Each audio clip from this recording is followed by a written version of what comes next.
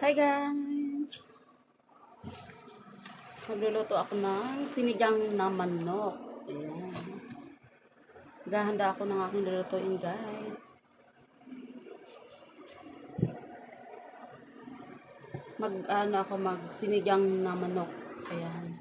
Meron akong kangkong. Tapos ito. Yan. Labanos at okra. Nasaan na yung ating okra? Ayan. Ito. 10 piso. Tapos ito, magkano to? 10 din ba? 10 din.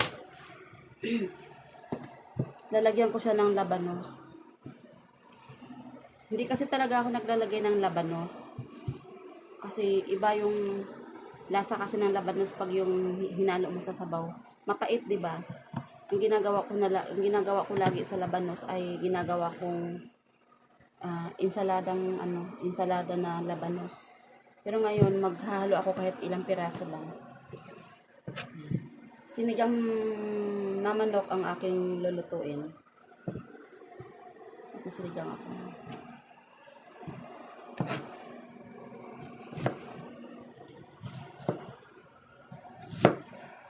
Yung mga bata kasi hindi kumakain ng ng labanos na hinahalo sa gulay.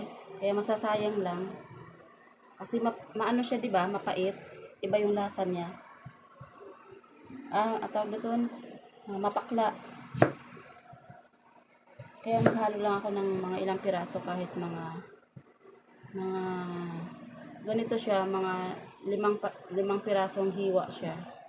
Para lang may pang pang decorate sa sinigang. May decorate pa talagang nalalaman, Yan. Kasi ang gagawin ko dito guys, i-ano ko siya, ensalada.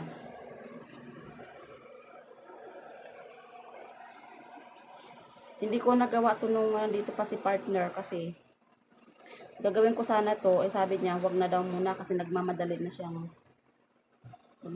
siya kasi may pasok, kaya hindi ko na to nagawa.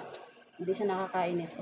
Pero actually nakakain naman siya, pero bumili siya nito kasi gusto niyang kumain, hindi ko nagawa nga. Kaya umalis siya, nag-ulam na lang siya ng itlog at saka yung natira naming ulam na isda.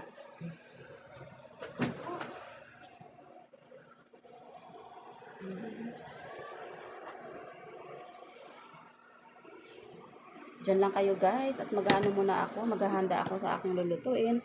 Bye bye muna!